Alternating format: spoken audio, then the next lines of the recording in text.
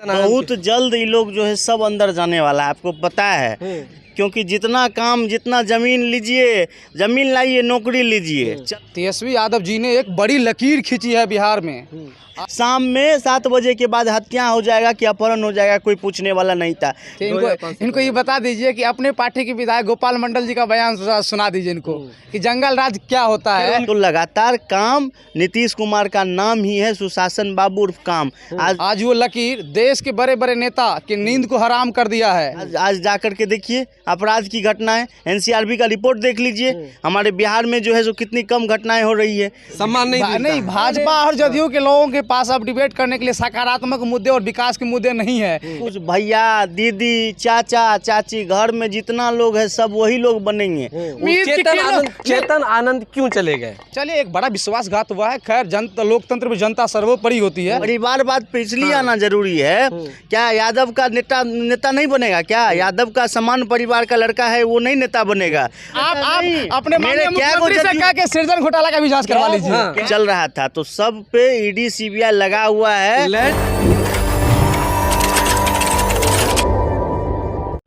नमस्कार, top headlines देख रहे हैं आप और मैं हूं आपके साथ सरफराज आलम। देखिए, बिहार में जब से एनडीए की सरकार बनी है तब से खूब घमासान मचा हुआ है। एक दूसरे पर आरोप प्रत्यारोप का दौर का सिलसिला लगातार जारी है। इस वक्त हमारे साथ राजनीतिक मुद्दों पर बात करेंगे। 2 मेहमान जुड़ चुके हैं, जदयू की तरफ से हैं और आरजेडी की तरफ से हैं। जदयू की तरफ से अभिषेक मुन्ना जी है, युवा के प्रवक्ता है, और आरजेडी की तरफ से शशि शंकर जी इस वक्त हमारे साथ मौजूद है। पहले हम जदयू की तरफ जाएंगे और जदयू के जो नेता है, युवा के जो प्रवक्ता है, उनसे बातचीत करेंगे। अभिषेक जी, क्या आरोप लगा रहे हैं? अब सरकार बदल गई तो आप लोग कह रहे हैं कि खूब लूट घसुट हुआ है विभाग में, क्या मामला है? देखिए, हम लोग कहीं पे भी माननीय मुख्यमंत्री नीतीश कुमार जी 2005 से अभी तक लगातार जहां भी अगर विकास में जो भी बाधा बनेगा उसके साथ समझौता नहीं करेंगे। और हम लोग लगातार एनडीए के साथ रहे हैं। एनडीए के साथ काम करने में ठीक लगा, जब लगा कि यहाँ काम थोड़ा सा भी दिक्कत है तो उसके बाद हम लोग ने छोड़ दिया। उसके बाद फिर इसके साथ आए, यहाँ पे भी लगा कि काम नहीं हो रहा है तो हम लोग फिर, लेकिन बिहार में विकास में कोई बाधा हम लोग नहीं पहुँचा रहे। आज पटना जाकर के देख लीजिए, वहाँ पे मरीन ड्राइव जाकर के घूम लीजिए, चाहे वो अटल पथ हो, चाहे वो मेट्रो का काम हो, जिस रफ्तार से बढ़ रहा है बिहार, चाहे जो भी योजना हो। 7 निश्चय योजना जो है 2000 से हमेशा लगातार 7 निश्चय 3 चल रहा है अभी। और लगातार हम लोग जो विधिवत रूप से काम माननीय मुख्यमंत्री जी के नेतृत्व में होना चाहिए वो हो रहा है। चाहे वो सरकारी बहालियां हो, चाहे जाति आधारित जनगणनाएं हो, सब में हमारे माननीय मुख्यमंत्री जी का एक अहम योगदान रहा है। आपका एक सवाल, बोल रहे हैं कि विकास में बाधा पहुंचा रहे थे, आरजेडी वाले बाधा पहुंचा रहे थे क्या? देखिए, मूल बात यह है कि माननीय मुख्यमंत्री जी को बिहार के विकास से पेट में दर्द होने लगा है।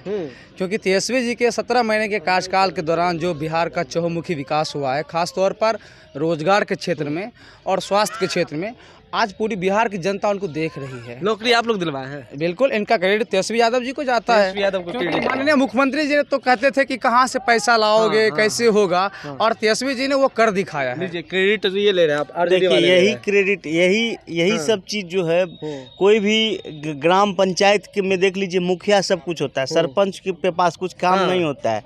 तो कहीं ना कहीं काम करने का जो तरीका है वो विजन हमारे नेता के पास थे। लगातार रोजगार की बात जब केंद्र सरकार नहीं कर रही थी तो हमारे नीतीश जी किए। और अभी भी लालू जी का कल का सुन लीजिए, लालू जी उन्होंने कहा अगर डायनामिक लीडर नहीं होते नीतीश कुमार, उनके पास अगर विजन नहीं होता तो उनके साथ कोई भी आने के लिए तैयार नहीं होता। लेकिन आज भी खुला है, बोल रहे कि नहीं है, जब दरवाजा खुला हुआ, दरवाजा नहीं, बोल रहे हैं कि आए, दिक्कत नहीं है हमको। काहे दिक्कत नहीं है भाई? क्योंकि उसके साथ साफ सुथरी छवि है। आप देख लीजिए कि 2005 से पहले का क्या माहौल होता था। फिर जंगल राज, सरफराज जी, जंगल राज ही नहीं। आप 2005 के पीछे आप लोग क्यों चले? बिल्कुल इसीलिए जाते हैं क्योंकि वो जो खौफनाक दौर था, 7 बजे के बाद आप निकल पाते थे क्या? हम लोग तो बहुत छोटे थे, देखते थे कि निकल नहीं पाते थे। शाम में 7 बजे के बाद हत्या हो जाएगा कि अपहरण हो जाएगा, कोई पूछने वाला नहीं था।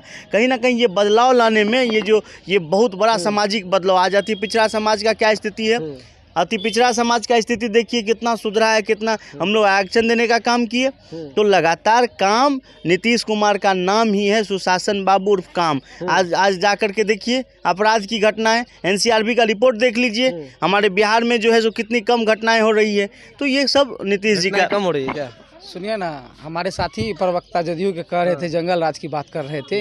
इनको ये बता दीजिए कि अपने पार्टी के विधायक गोपाल मंडल जी का बयान सुना दीजिए इनको कि जंगल राज क्या होता है। उनके बयान को कोई महत्व नहीं रहता है, लेकिन ये हकीकत है। एक निर्वाचित विधायक अगर इस तरह का आरोप लगा रहा है कि मैं इस्तीफा दे दूंगा, इस तरह का करप्ट व्यवस्थाएं हैं, तो उसको मानना होगा। और दूसरी बात, तेजस्वी यादव जी ने एक बड़ी लकीर खींची है बिहार में। आज वो लकीर देश के बड़े बड़े नेता की नींद को हराम कर दिया है, जो रोजगार और स्वास्थ्य के क्षेत्र में काम किया है। और आप सहरसा के जिस मत्स्यगंधा से इस समाचार को अंकित कर रहे हैं, उनके पर्यटन मंत्री के दौरान ये व्यवस्थाएं बदली है। बिल्कुल, वो पर्यटन के क्षेत्र में उन्होंने तो पर्यटन के क्षेत्र में एक नया कीर्तिमान स्थापित किया है पूरे बिहार में। सब कुछ भैया दीदी चाचा चाची घर में जितना लोग है सब वही लोग बनेंगे।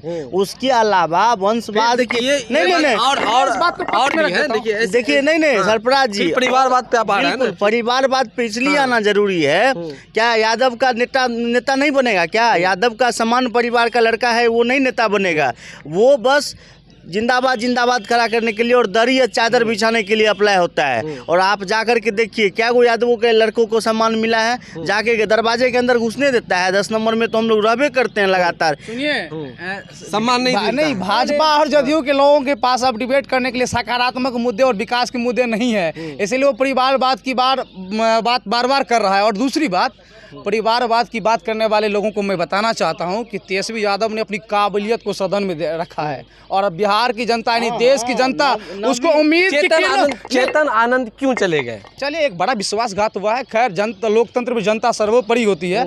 वो आने वाले वक्त में सारी चीज़ों का जवाब दिया जाएगा। और हमारे नेता ने सदन में सारी बातों को रखा और बिहार की जनता उन चीज़ों को सुनी है। अंदर से कुछ बात हुई थी क्या चेतन आनंद? बहुत जल्द ये लोग जो है सब अंदर जाने वाला है, आपको पता है। क्योंकि जितना काम, जितना जमीन लीजिए, जमीन लाइए, नौकरी लीजिए, चल रहा था, तो सब पे ईडी सीबीआई लगा हुआ है। लैंड फॉर जॉब लेकर आप लोग क्यों चले आते हैं? अगर हमारे साथी प्रवक्ता इस बात को रख रहे हैं, घोटाले की बात कर रहे हैं और जांच की बात कर रहे हैं, तो हम जरा ये भी बताना चाहते हैं कि आप अपने मुख्यमंत्री से कह के सृजन घोटाला का भी जांच करवा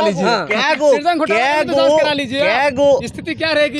एक चीज बता देते हैं, ईडी सीबीआई क्या गो जेडीयू वाले, जब हम लोग अपोनेंट में भी थे तो मैं तो दावे के साथ कहता था कि कोई जदयू के नेता के पास आकर के ईडी सीबीआई आए ना, क्योंकि ना गलत करते हैं और ना गलत सहते हैं। जहां पे भी गलत दिखता है उसके साथ समझौता नहीं करते। कहते हैं सरकार आपकी है, आप लोग कुछ भी कर सकते हैं। सुनिए ना, इस प्रदेश और देश की जनता ईडी और सीबीआई जैसी संवैधानिक संस्था पे भरोसा रखती थी, लेकिन हाल के एक दशक के दौरान जो है ये संस्था अब तोता हो चुका है।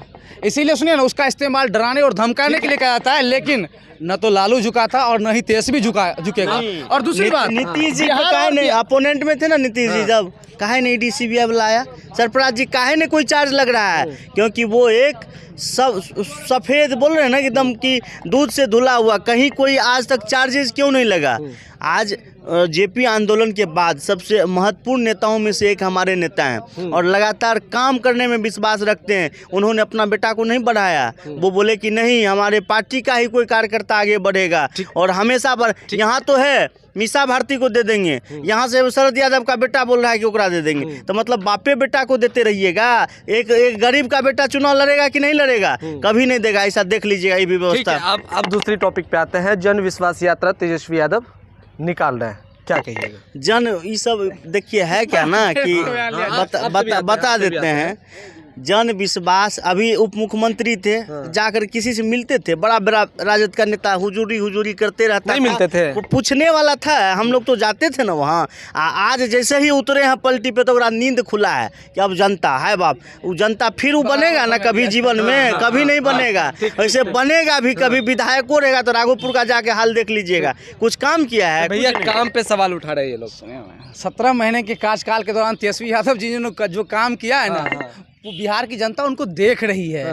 और हमको लगता है आने वाले समय में जब चुनाव होगा तो तेजस्वी में बिहार होगा और एक स्पष्ट बहुमत तेजस्वी जी को मिलेगा, क्योंकि विकास के आधार पर उन्होंने बिहार की जनता का दिल जीतने का काम किया है। जिस तरह का माहौल चल रहा है, क्या लगता है अब जो लोकसभा का चुनाव आएगा उसका जो परिणाम क्या? लोकसभा ये लोग को है लोकसभा अभी तक तो नहीं है, लेकिन काहे नहीं है? टिकट बेचने का काम चलता है। जय दिन गरीब का बेटा का मिलेगा टिकट तब ना जीतेगा जी। देता है को गरीब के बेटा को टिकट, केकरो नहीं देता है। पैसा पेटी का पेटी दीजिए लोकसभा का। सर ये सवाल गोपाल मंडल भी करते हैं। गोपाल मंडल कार्यकर्ता है, जदयू का कार्यकर्ता आज से नहीं है, और लगातार जो है सो वो मेरी बात सुनिए ना, लोकसभा की जो आप बात कर रहे हैं, तो इनके जो नेता हैं माननीय मुख्यमंत्री जी, वो अवसरवादी लोग हैं, और अवसरवादी लोग हैं। अच्छा भाई पलटू कुमार है, 9 बार पलटे हैं। हाँ। सर अब तो बिहार की जनता इन वजहों से उनको अब क्या कहें, हम कुछ नहीं कर सकते।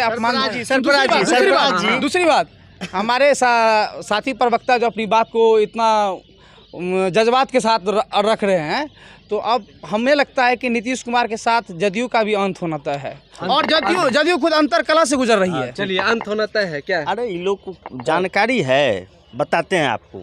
जहाँ जैसे बात रखे, क्या बात बोल रहे थे अभी बोल रहे थे, क्या पूछिए इनसे, क्या बोल रहे थे बताइए सर।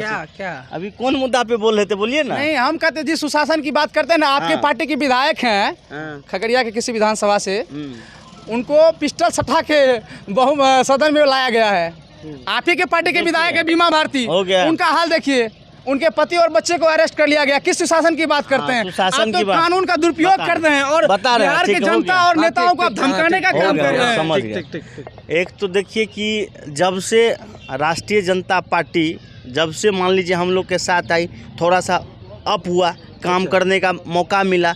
राघोपुर कभी गए हैं? राघोपुर जाकर के देखिए, अस्पताल के लिए वो रेफरल अस्पताल नहीं खोल रहे तेजस्वी जी। तेजस्वी यादव ये कहते हैं कि सोए हुए व्यक्ति को हमने जगाने का काम किया। अरे तेजस्वी जी इसीलिए तो देख रहे हैं ना कि सोए हुए व्यक्ति हमेशा जागा रहा है। 2005 से पहले का स्थिति था, अभी का देख लीजिए। तो बदला हुआ है, बिल्कुल बदला हुआ है, बदला हुआ है तेजस्वी जी के कार्यकाल में। तेजस्वी 17 महीने का कार्यकाल लेके चले आते हैं। आप बिहार के एक व्यक्ति के पास पलटू राम तभी से बोल रहे थे। हम लोग पलटे हैं, हम लोग तो, हमारा मुख्यमंत्री था, मुख्यमंत्री है, पलटने वाला पलटता है। आरजेडी कभी आ जाता है, कभी जेडीयू आ जाता है, भाजपा आ जाता है, हम लोग तो वही हैं। तो भाजपा के साथ ठीक चल रही है, रिश्ता ठीक चल रही है। ठीक है, हम लोग भाजपा के साथ बहुत दिनों तक रहे। 25 तक रहेगा या फिर 24 हमेशा रहेगा। अब यहीं हम लोग रहेंगे, बीजेपी में ही रहिएगा। बिल्कुल। देखिए दूसरी बात, हमारी पार्टी, हमारे नेता लालू जी हो, तेजस्वी जी हो, सिद्धांत की राजनीति की है। सुनिए ना, कभी फिरका परस्त ताकतों, कभी फिरका परस्त ताकतों और जुमलेबाजों के सामने घुटने नहीं टेके हैं। सिद्धांत की राजनीति की है। और दूसरी बात, आपने कहा कि हमारे नेताजी कायम है, तो आपके नेताजी ने हमारे नेताजी के पास गए थे विधायकों को लेकर के, और गलती स्वीकार किए थे। तब जाके लालू जी और राबड़ी जी ने तेजस्वी जी को कहा कि नहीं, सरकार बनाना है। रामकृपाल के साथ क्या हुआ? रामकृपाल जी के साथ सबसे हनुमान बोलते थे, और बेटी को जाके मीसा भारती वहाँ चुनाव लड़ रही है। तो कहीं ना कहीं लोग परिवार में सिमटल है, चचा मामा फपा फूफा करते रहते हैं। कहीं पे भी हम लोग वंशवाद की राजनीति को कहीं से भी स्वीकार नहीं है। इस बिहार राज्य में सुशासन की सरकार है जो लगातार काम कर रही है। नहीं, परिवारवाद के आरोप लगाने वाले को मैं कहना चाहता हूं कि आप काबिलियत को देखिए। लालू यादव ने उस संतान को पैदा किया है जिसमें विकास अच्छे बोलते हैं, बिहार की जनता को पद इनको दिलवाइए पहले। अच्छा बताइए, सुनिए ना, यही सम्मान हमारे साथी प्रवक्ता स्वीकृत प्रवक्ता है, हम इसका धन्यवाद देते हैं। दूसरी बात, मैं राजद का एक समान कार्य करता हूं और उस नाते उस हैसियत से अपनी बात रखता हूं राजद समाजवादी के पक्ष में, और मुझे गर्व है हम उस पार्टी का हिस्सा है, एक छोटा सा हिस्सा है जिस पार्टी के नेता से आज देश और प्रदेश की जनता खुश है, और बड़े बड़े राजनीतिक विश्लेषक जो है देश में सबसे परिपक्व और मैच्योर लीडर के रूप में तेजस्वी यादव को आगे कर रहे हैं। अंतिम सवाल जदयू से करेंगे, अब क्या होगा राजनीतिक में? आप क्या अब 24 में हम लोग 40 में 40, एक सीट पिछले बार किशनगंज सीट चल गया था, इस बार वो भी सीट हम लोग के साथ रहेगा। वहाँ पे हर हर मोदी और यहाँ पे जय जय नीतीश कुमार, दोनों मिल करके हम लोग बिहार और 40 सीट एकदम डबल। सुनिए ना, ये लोग तो अपने जज्बात, सिद्धांत, कर्तव्यों को सबको बेच दिया है। जमीर, ये लोग टिकट बेचते रहे। पहले जमीर जिंदा रखे, पहले जमीर तो जिंदा रखे। सीट सत्ता में आना, सत्ता में रहना, ये बड़ी बात नहीं है। बड़ी बात है कि आपकी सिद्धांत कायम है कि नहीं कायम है। हमारी पार्टी और हमारे नेता अपने सिद्धांत पे कायम है और सदैव फिरकाप्रस्त ताकतों से लड़ने का काम करेंगे। और रही बात जदयू की, तो बिहार में जदयू कुछ महीने का मेहमान है, उनका यहाँ से समापन होना है। इसीलिए आप आश्वस्त रहिए कि आखिरकार इस बिहार में तेजस्वी यादव जी आएंगे। बिहार और बिहारियों के सम्मान और तरक्की के लिए सबसे मजबूत किरदार और सबसे मजबूत नेता कोई है तो वो तेजस्वी यादव है, और मुझे पूर्ण आशा है कि बिहार की जनता तेजस्वी यादव जी को पसंद करेगी। चलिए, दोनों मेहमानों का बहुत बहुत शुक्रिया, और तमाम चीज़ों पर हमने बातचीत की।